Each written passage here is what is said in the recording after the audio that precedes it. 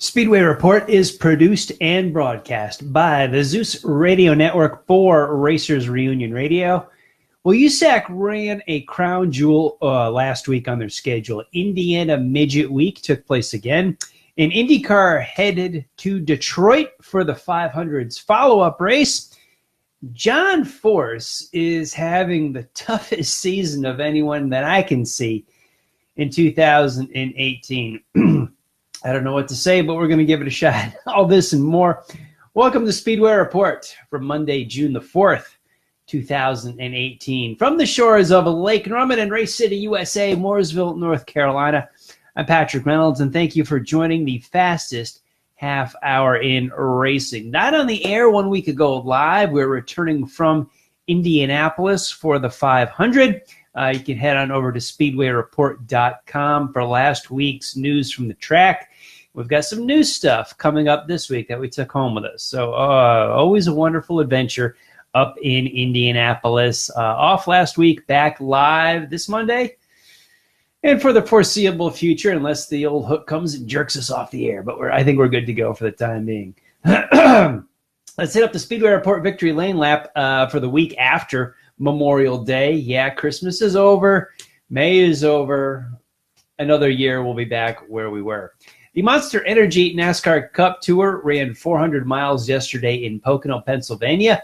Martin Truex Jr. won on the Tricky Triangle, and the Xfinity cars were at Pocono on Saturday, and when there is an Xfinity Series race on a downforce track, Kyle Busch will win, and he did. The NASCAR Whelen Modified Tour went to a New England Legendary Speedway in Seekonk, Massachusetts. Place has been running longer than I have been around. 150 laps on Saturday night, and Justin Bonsignor took the checkered flag there. He is the first driver to double up in race wins this season. NASCAR's K&N Pro Series East Tour, Memphis, Tennessee, won by Ruben Garcia Jr. Yeah, I'm old enough to remember his dad racing. Goodness gracious. Good to see Junior take the win. Had a chance to meet his dad last winter here in Charlotte, North Carolina, Ruben Garcia from the West Coast, and chatted with him a little bit about watching him on television when I was a kid. Great guy. Honor for me to shake his hands and meet him. It was when the NASCAR Touring Series was here in Charlotte for the awards ceremony. Got to meet Senior. Junior wins this past weekend in Memphis, Tennessee. Now, we spent a lot of time talking about the Indianapolis 500. They returned to action this past weekend with a doubleheader in Detroit, the Detroit Duels, if you will. Saturday's race was won by Scott Dixon, and yesterday's race won by Ryan Hunter-Reay. Hunter-Reay, I hadn't realized this, first race win for him since Pocono of 2015, coming up on almost 3 years since the dude won a race. I was surprised. It just kind of slipped my mind and escaped my notice that he hadn't won in such a long period of time. 2014 Indy 500 winner, and 2012 IndyCar Series champ. The IMSA sports cars were the support race for the IndyCar is also up in Detroit. Philippe Nasser and Eric Kerwin piloted the Whelen Engineering car to Victory Lane on Saturday. NHRA was at the historic Route 66 Raceway in Illinois. Clay Milliken won in Top Fuel. Robert Height took Funny Car, Jed Coughlin Jr. in Pro Stock, and Matt Smith in Pro Stock Motorcycle. Jumping over to the dirt, the World of Outlaws raced Friday night in Seymour, Tennessee. Big upset with Corey Hedgecock winning the A-Main on Friday night. And 2 nights ago, Saturday in Bulls Gap, Tennessee, home stater, the Nightmare, Jimmy Owens, your winner at Bulls Gap. The World of Outlaws sprint cars were supposed to go last Wednesday in Fairbury, Illinois. That was postponed. That will be run tomorrow night.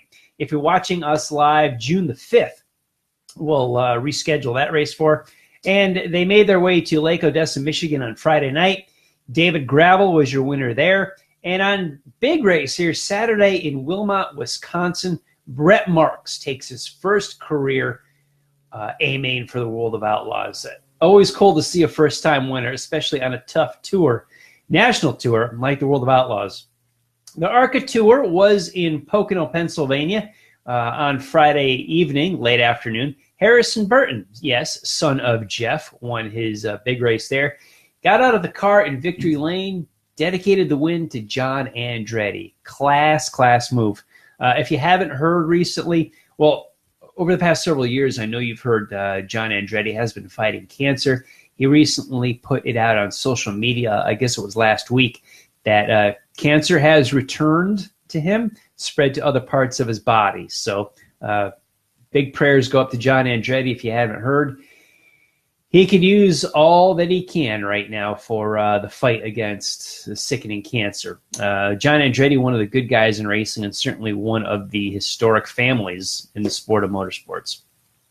But in the Midwest, the USAC Midgets, as we teased you at the top of the show, held Indiana Midget Week, one of the big, I think that's the first big week of the year with the sprint weeks that are coming up in Pennsylvania and Ohio later on this summer.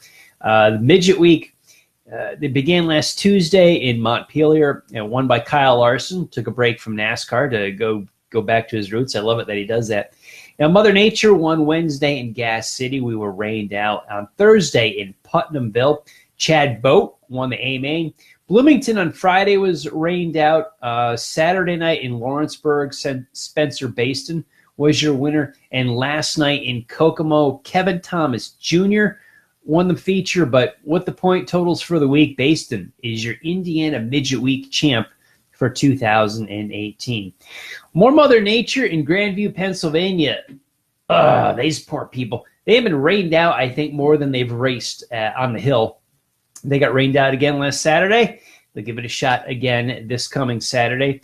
And over the weekend here, home track in Winston-Salem, North Carolina, Bowman Gray Stadium, Burt Myers was the winner of the 100-lap NASCAR Modified Series feature event.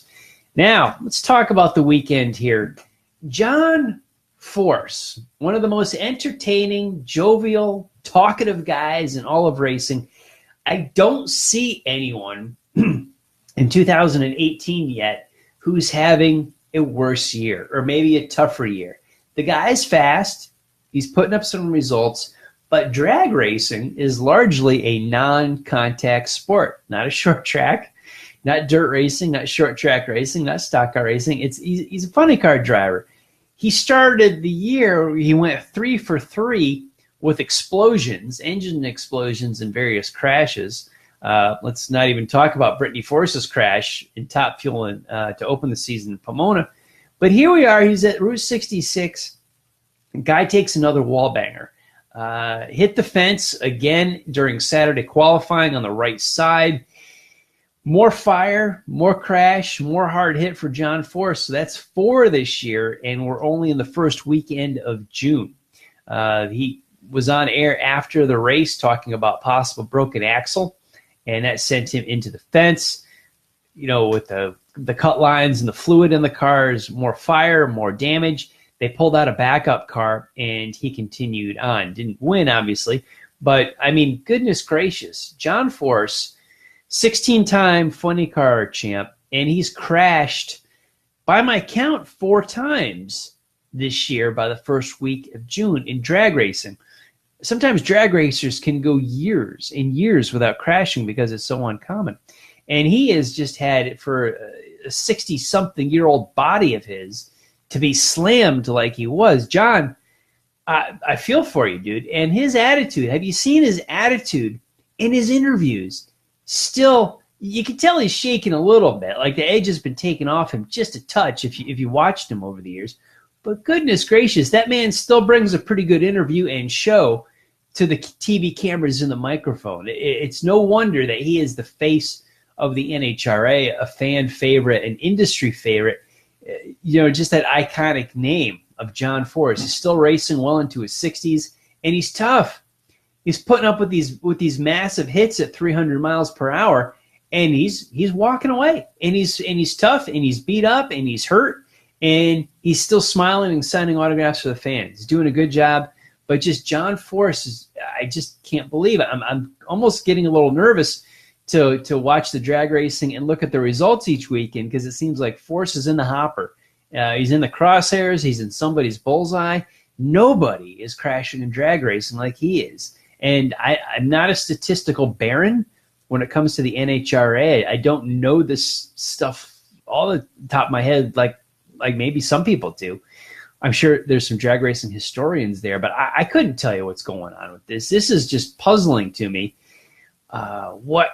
What is happening with John Force in all these crashes? I mean, they looked at the explosions. The engine's explosions caused the first 3. And they went and they did a lot of testing, and they seem to have gotten a handle on that. And then now just more luck has befallen, lousy luck has befallen John Force. And another hard hit in Route 66. Gosh, you're just going to keep an eye on him. He's kind of like the show right now. He was always the show for his fast performance, but now it's because of crashes and wrecks and fires. And they just pulled the backup car out, and he came and he raced on Sunday. I think he still had the 6th fastest qualifying speed. So the car is quick, which is great, but they had to work their way through those explosions that none of the other JFR cars were having. So they seem to have fixed that. I think they need a 4-leaf clover, though, to continue on. John Force, one hell of a 2018. Going to jump from straight liners to oval track racing, and my home track here. I wasn't here this past Saturday night. The Madhouse, the Bowman Gray Stadium. I was not there. However, I've seen this kind of pattern play out that I read about and heard about, is that it was a 100-lap modified feature. And I think they, a little light in the modifieds. They had like 17, I think, take the green. And there've been some starting parks. I've seen that. I've seen some backup cars pulled out this year at the stadium already. And we're having mystery cautions in these 100 lappers. I saw some a few weeks ago, and it seems like they were running 5 20-lap segments. It's bad enough I got to tolerate these segments on Sunday afternoon. Actually, I don't tolerate them on Sunday afternoon. I've gone over that before. But it seems like guys are minding their P's and Q's because of the short field. No one's got to dig too hard to come from the back. There's a few starting parks that thins the field to 15 or less very early on in a 100-lap race. You don't have to dig after it. But they're, throwing these mystery debris cautions or fluid leaking cautions is what I've heard. So-and-so is leaking fluid. Let's throw a caution. Yeah, and that car never gets checked. The track surface doesn't get clean. No one goes to pit road, but we're throwing out random caution flags. We know what they're for, just to have restarts like we have at the Cup level. And I think that kind of sucks. We shouldn't be doing that at the Bowman Gray. Well, we shouldn't be doing that at the Cup level. But I don't like the artificial showmanship manufactured style of any kind of racing. I don't like when we lean in that direction. And we're certainly doing that at Bowman Gray Stadium. I witnessed it. We talked about it. Enough people that went on Saturday talked about it again. And the math came out where, about every 20 laps, we're throwing a mystery caution just to bunch everybody back up and restart the race. Not really what I paid a ticket to see. Glad I didn't. And I keep that in mind. And let's pay attention to this. This, I don't know, Bowman Gray Stadium. You think about the Madhouse. And gosh, is there any track in the world that needs a caution flag less than Bowman Gray Stadium? Doesn't it often just present itself all on its own? It's the Madhouse. We know what it's known for. It's a flat quarter-mile football field track. Why are we having mystery cautions? Why are we not having this play out, ethically, legitimately? I know, because they want to fight. They want some bumper tag. They want some shoving. And in a 100-lap feature, when you're running 5th or 6th, a lot of guys are paying, lap 19, lap 20, lap 21. Nobody's racing too hard, and probably the promoters just want to push the issue a little bit. I don't like it. I don't like hearing about it. I saw it earlier this year. I hope it was an anomaly, but evidently not. This seems to be the pattern. So we'll keep an eye on that. I may be up there this Saturday, maybe not, but I think it's Twin 25s this Saturday. So you don't necessarily need them or have them. But for the 50 lappers or the 100 lappers, I'm hoping this isn't going to be the modus operandi. If we have a little light in the car count, a little light in their wrecking, because I know they like that up there, and we have mystery cautions just to have restarts and maybe a cone roll jazz up the race a little bit. It's a shame that racing has come to that. It's a shame on Sunday afternoon. Don't think that people are jumping on board with that for Saturday night stuff either. Now, crashing.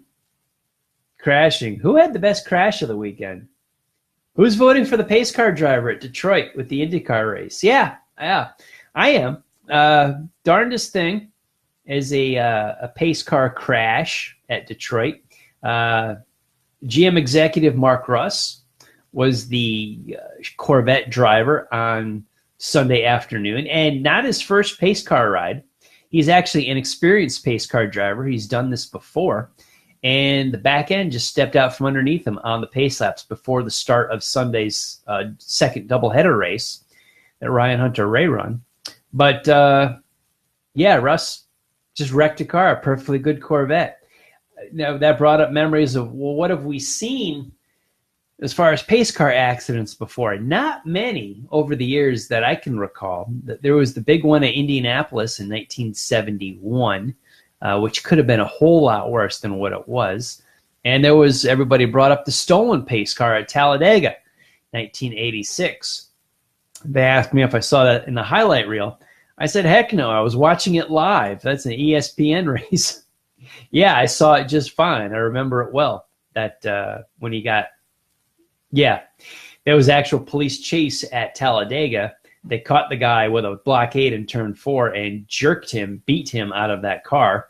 And, well, he got what was coming to him, the dumbass. But this is a different situation. We had a crash with the pace car. Thankfully, nobody was hurt. I mean, for a race car, it wasn't that bad of a crash. For a street car, it was a big wreck. And I'm glad nobody was hurt in this thing. And I tell people all the time when it comes to racing, often these race cars, the speed just doesn't transfer to television, and we're doing quicker on the pace laps than you do on the highway, on the interstate. And then, non-racing folks don't get that, and it's quite possible. You can easily wreck a car at 30 or 20 miles an hour, but, some of these are going 50, 60, 70 under caution. And, yeah, you can have a bad wreck with a car. So the Corvette, to me, withstood a pretty good impact there, good marketing for it. But I'm glad Russ was okay. His passenger was okay. They were not wearing crash helmets or any safety gear, so it just the car itself driving along. I mean, I know the pace cars do upwards 100 mile per hour at Indianapolis, and they often get a celebrity to do that there in Daytona in big races. So, yeah, it's kind of, it puts a thought process in play that why this doesn't happen more often. I'm grateful it doesn't. But yeah, the crash of the weekend, Mark Russ, General Motors executive, nailing that Corvette up in Detroit. As far as NASCAR goes, their touring series were in Pocono for Saturday and Sunday, and the racing was unimpressive, to say the best about it. Not that I watched a whole lot of either race or expected much. Now, the Xfinity cars used the 2017 Indianapolis package, and that put on a great show at the Brickyard. But let's face it, you want to make the Indianapolis race a better show, the best show it can be. Take it back to Lucas Oil Raceway, the 5/8 mile down the road. We know and that's the fix for that. End of story.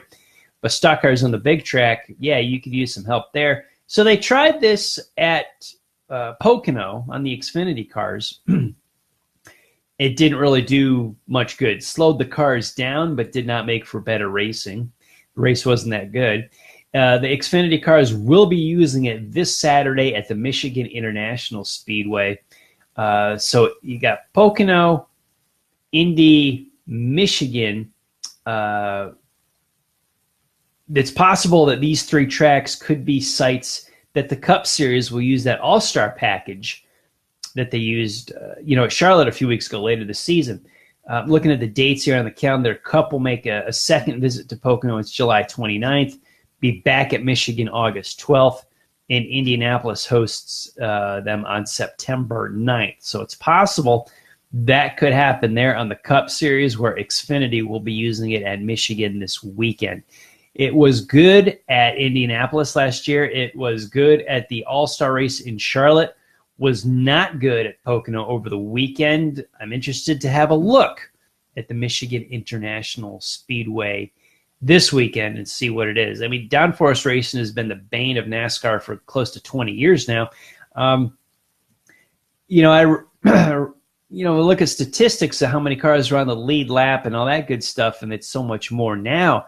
But looking back through the 80s and the 90s, yeah, the racing was better. Did we have bad races? Sure we did. Not saying we did. There were plenty of bad races in the 80s and the 90s, plenty. But overall, it was better. More passing, more side by side. It was. Here on a restart, I don't like the artificial restarts and stages, but on the restart is where most of the stuff takes place, and then they kind of settle in single file. And when I was younger, they would be able to pass throughout a fuel run, which we don't see. And the ostrich buries its head again as far as NASCAR, the stages, and what they need to do to improve the downforce racing. I'll give them a tip of the hat to at least glad they tried it at Pocono over the weekend, even though it didn't work. And maybe with the high bags at Michigan, it would work a little bit better. Running up close to the top of the hour, want to make room for the drag racing guys as you switch over to them shortly. But in between our broadcasts, everyone keep up on the world of auto racing with SpeedwayReport.com. This broadcast and all of our past shows will be uploaded to the site. The past ones are uploaded. This one will be. We also have racing articles to read. SpeedwayReport.com had plenty of information from last week's Indy 500, the race, as well as Carb Day. And I've got a piece that will go live Tuesday morning, June the 5th, if you're watching us live. 9 a.m., stop back. A look back at the career of Danica Patrick. And upcoming, I've spent some time with Bobby Santos III at the Little 500 at the Anderson Speedway in Indiana. I'll let you know when that hits. Another written piece that I'm working on. I'm excited about that one too. So tomorrow we'll have Danica Patrick, Bobby Santos coming up. Plenty from Indianapolis. Head on over to SpeedwayReport.com. Now, all our past episodes are on Facebook at the Speedway Report with Patrick Reynolds page. We're also on the Racers Reunion Facebook page. On Twitter, you can catch our podcasts at Speedway Report and Speedway Pat. RacersReunion.com has them in the forum. And as always, like I said, SpeedwayReport.com. I also connect them on my personal pages on Google+, LinkedIn, Facebook, and our brand new YouTube channel. So we're all over the internet if you want to catch this show or any of the past ones. Thanks for everyone on the Facebook Live feed for joining the conversation during the show tonight. I'll get back to you guys shortly. I encourage you, go see a race at a track near you. We're in the height of summer, officially on the calendar in a few weeks, but unofficially past Memorial Day, we are here. Ovals, dirt and pavement, got drag strips, road courses. They're all the backbone and the foundation of the auto racing world. Go see them. If they die, so does Sunday afternoon. If Sunday afternoon dies, we still got Friday and Saturday. Friday and Saturday dies, so goes Sunday. Go support your local track.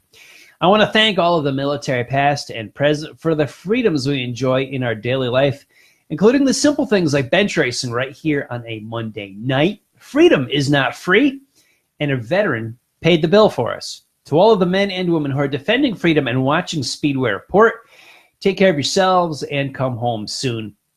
A special salute to the teachers, school staff, firefighters, police officers, and paramedics in our own communities. They are quiet and modest heroes every single day. God bless and thank you. You have been watching Speedway Report from the shores of Lake Norman in Race City, USA, Mooresville, North Carolina. Please like our Facebook page, Speedway Report with Patrick Reynolds, and follow me on Twitter at Speedway Pat. On the Drag Racing List Facebook page at the top of the hour, and very next is Racing and Rockin' with Draglist.com. BP, JB, and BS have all your NHRA and drag racing news and some really cool music. We will be back live here on Facebook next week, Monday, June 11th, with a look at NASCAR Cup in Michigan, IndyCars in Texas, NHRA in Virginia, the Dream at Eldora, short tracks, gosh, and a whole lot more. Thank you all for joining us, and I'll see you next time.